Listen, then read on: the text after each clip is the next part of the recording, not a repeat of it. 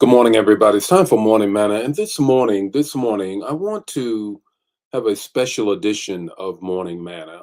It's Juneteenth. Happy Juneteenth today. And today it's all about, it's all about why I can't, in good conscience, celebrate America's 250th birthday. Why I can't, in good conscience, celebrate America's 250th birthday because today I am celebrating Juneteenth. It's going to be a little longer than normal, but I just want to kind of drop this on you today because it's so very important that we grab a hold of what today means, what it meant, and what it will continue to mean in the future. So, absolutely, I have on my African garb today. That's right. I didn't get it at one of the shows or what have you. There's nothing wrong with buying it. That I was actually in Ghana when I got it. Got my bees and all of that. I'm going to talk about all of those pieces here in a moment.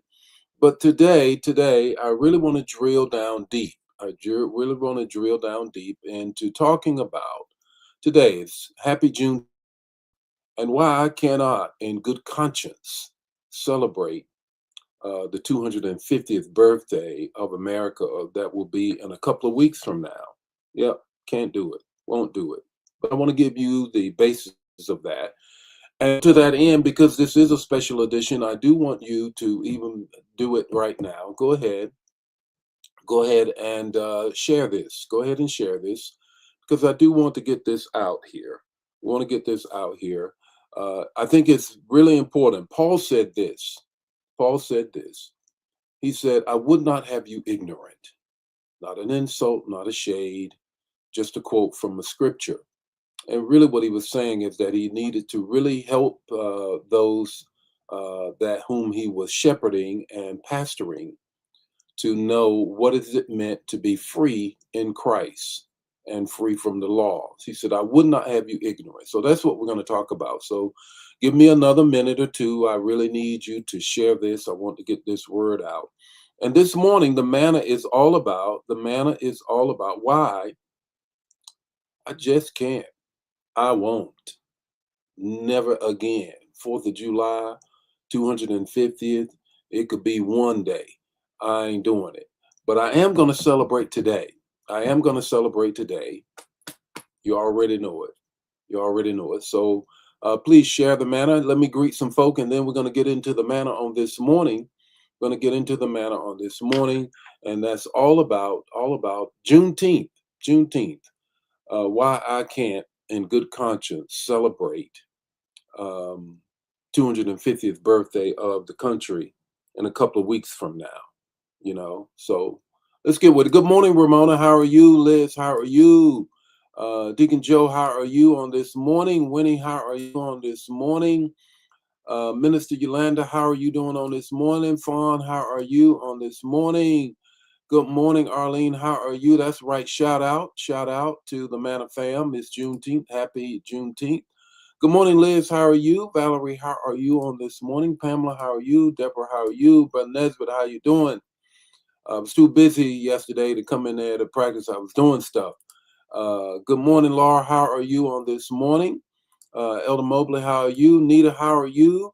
Good morning, Cynthia. How are you? Elder Mobley in the house. Ann is in the house. Ori is in the house. Go ahead. Go ahead. I need you to do it because today it's all about Juneteenth. It's all about Juneteenth. What does that mean? What does that mean for you and I? Good morning, Ella. How are you on this morning? Dawn, how are you? There's Brenda is in the house. Deborah is here as well. Tally is here. That's right. Been a minute. Been a minute. Maybe you've been watching in the replay. Good morning, Verena. How are you on this morning? Elder Jan, how are you? Carolyn is in the house as well. Dan, the man, is here. Juneteenth, it is for sure. That's right. It is. That's right. Thank you, Dan, for sharing. Thank you, Elder Mobley, for sharing. And so, if I could, thank you, Deborah, for sharing as well. That's right. Juneteenth. Coach Dagny is in the house. Rosetta is in the house as well. And I really want to. I really want to help you on this morning. I want to help you on this morning. Understand what does it mean? What does it mean for Juneteenth?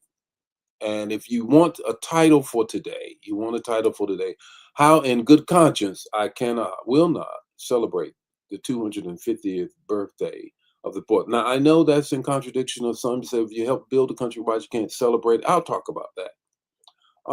Good morning, Peggy. How are you? Valerie, how are you? Francine is in the house. Ella Hayes is in the house as well. Thelma is here as well. So that's what I want to share this morning. It's going to be a little bit longer than normal.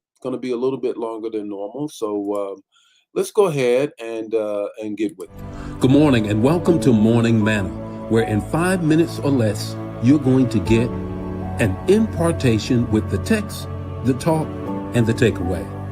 Join the Morning Manna fam every weekday morning at 8 o'clock Central Standard Time. Don't forget to put in the chat the revelation that you get and share the manna. Now, let's get ready to have some manna so you can make it through your day. Here we go. Juneteenth and Independence Day. They're so close together. But this morning's morning manna, I want to drill down on why many African Americans, to include me, view Juneteenth as the time of celebration, not the 4th. By no means, not the 4th. And I want you to get this text. Here's the text. Galatians 5:1. The NIV translation, follow along in the version of your choice. It is for freedom that Christ has set us free. Stand firm. Watch this and listen to this. Then, and do not let yourselves be burdened again by a yoke of slavery. Come on now. Let me say it one more time. Galatians 5:1. Here's what he says. It is for freedom that Christ has set us free. So stand firm then, and do not let yourselves be burdened again by a yoke of slavery. It is my job as the senior pastor of New Life and as a member of the kingdom, as well as a student of the academy, to make sure, as Paul said, I would not have you ignorant. I would not have you ignorant. The same scriptures that I have read, the same word, the 66 books, was used to constrain and enslave us. So I want to drill down deeper so that you can be able to see the same text and see it as a place of freedom, but not just the text, but history as well. On July the 4th, 1776, America declared that all men are created equal. Yet nearly 90 years after those words were written, millions of African men, women, and children remained enslaved. 90 years after the words were written. Didn't include us. It didn't. Have every right to look upon the horizon of where this country is right now and say, don't include us today. Freedom was proclaimed, but not for everybody. And we get this repeat that we see what's happening today. We're going somewhere with this. Hang on. It's going to be a little longer than normal. The 1619 Project, I encourage you to read the book, reminds us that before there was a United States, there were enslaved Africans on these shores. Their labor helped build the economic foundation of this great nation today that denied them liberty, though it wrote it in its holy writ.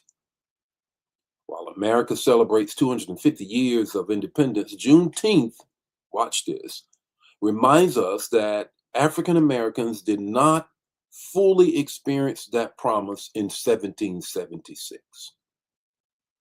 Indeed, it was not until June 19, 1865, a mere 2.5 years after the Emancipation Proclamation, that Union soldiers arrived in Galveston, Texas, announcing to the last enslaved people on this soil that they were finally free.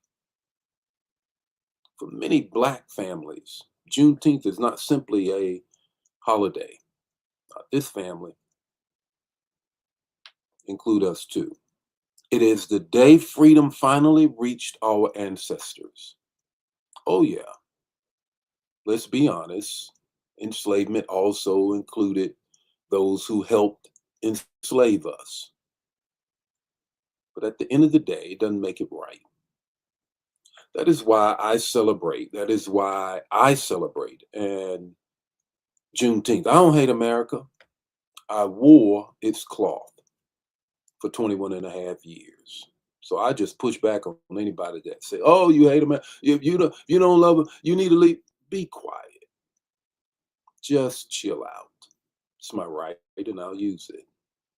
And I fought for it. It's not because I reject patriotism, not at all, but because Juneteenth tells the truth about my people's journey and America's story. America's story is not a storybook, happy ever after, once upon a time. It's not. It's not. So I want you to grab these three things. I want you to grab this, and I need you to grab a hold of this. Number one, freedom delayed is still worth celebrating. Freedom delayed is still worth celebrating. Now, the enslaved in Texas were legally free, but did not know it. And there are today some who are free and still enslaved by their minds. They drunk the Kool-Aid of the president and still don't understand what it means to be free. Freedom existed on paper, but had not reached their reality. And that is true today. How many people today are still living beneath what God has already declared over their lives? Juneteenth reminds us that delayed freedom is painful, but when freedom arrives, it deserves celebration. God specializes in bringing liberation to people who have waited too long. Two, truth telling is part of healing. The 1619 Project challenged America to wrestle honestly with its history, which is literally, as of yesterday, the appeals court overruled a lower court's judgment and decision that you could not take down from the public spaces um, slave history. They said you had to take it down. The appeal court says that the administration had every right to take it down.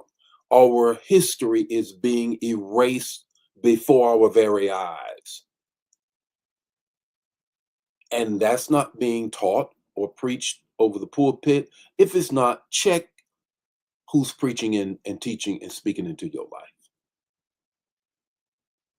Check it, please. Check it. If freedom is not being spoken, if truth is not being told, check who's speaking into your life. Healing never comes through denial. Healing comes through truth. The truth is that we were enslaved, and I'm wearing this garment today that I got right from Ghana. Got some other things as well. My beads. You see a lot of people wear these beads, and let me just tell you what they were. They were used as money in Africa. On the beads, truth. On the beads is my name. Dudley is my enslaved name. But in Africa, then in Ashanti tribe, you were, and in Ghana, you were named as a man by the day that you were born. So I was born on a Sunday, and that means Kwame, or depending on the tribe, Kwansi, Kwansi. Right here. I want you to see this. And the colors, all having to do with royalty and the whole woven pieces, kingship. It's truth. Truth telling is part of healing. And until someone is speaking truth into your life, you can't be healed. You are still enslaved. So I want to raise that question when those question whether or not, you can't preach politics. This isn't politics. This is truth. One scholar said, what is truth if it does not offend? Let me circle back. So even as of yesterday, this appeals court said, you can erase it. Don't need to be in public spaces because we need to whitewash our history. The Bible never hides Israel's failures. Notice how transparent the biblical characters are. They were a mess until they were delivered. It records them so future generations can learn from them. Erasing our history doesn't help our future. Likewise, Juneteenth calls us to remember both the beauty and the brokenness of America. A mature nation is not afraid of its history. Let me repeat that. A great nation is not afraid of its history. A weak nation writes storybook tales of Abraham who couldn't tell a lie, Washington building the log cabin, all that stuff. Storybooks, not history. Freedom is a journey. This third thing. Freedom is a journey, not an event. It's a journey. If you watched Barack Obama and Michelle Obama, former president and former first lady, uh, unveil their, not just a monument, not just a library, but a space of freedom. It tells the story, not of their presidency, but how they arrived and what we need to do to continue. It's more than just an election. There was a story behind this, a story of history. Freedom is a journey, not an event. Juneteenth was not the end of the struggle. After slavery, watch this, listen. After slavery came black codes. After black codes, put it in the chat area. After black codes came Jim Crow. After Jim Crow came segregation. After segregation came battles for voting rights, education, housing, and economic opportunity, which we are now repeating. We're repeating. Freedom is not merely being released from chains. Freedom is having the opportunity to flourish as an image bearer of God. Red, yellow, black, and white, we're all precious in his sight. And free is in our inalienable rights. Juneteenth celebrates progress while reminding us there is still a whole lot of work to do. You ought to know it. So I want you to get this, grab this. It's long. Here's the takeaway. We celebrate Juneteenth because it honors the resilience of my people, our people. It honors what they went through, the DNA that runs in my veins. It honors that they believed in God, and though taught a book that was used to oppress them, they saw the liberty in it and still saw the Christ in it and saw and embraced their freedom, though enslaved and in chains. So while America may celebrate in a couple of weeks 250 years, of which I will not, won't, I ain't gonna do it. Juneteenth reminds me that true freedom is not merely declared, written on a piece of paper. It's not. until it's delivered, experienced, protected, and passed on to the next generation. We're in a struggle, and you better know it. We are. So understand this. Freedom is a journey. There's been some pit stops. But do know, as the word says, and I'll go back to the word. Here it is in Galatians 5:1.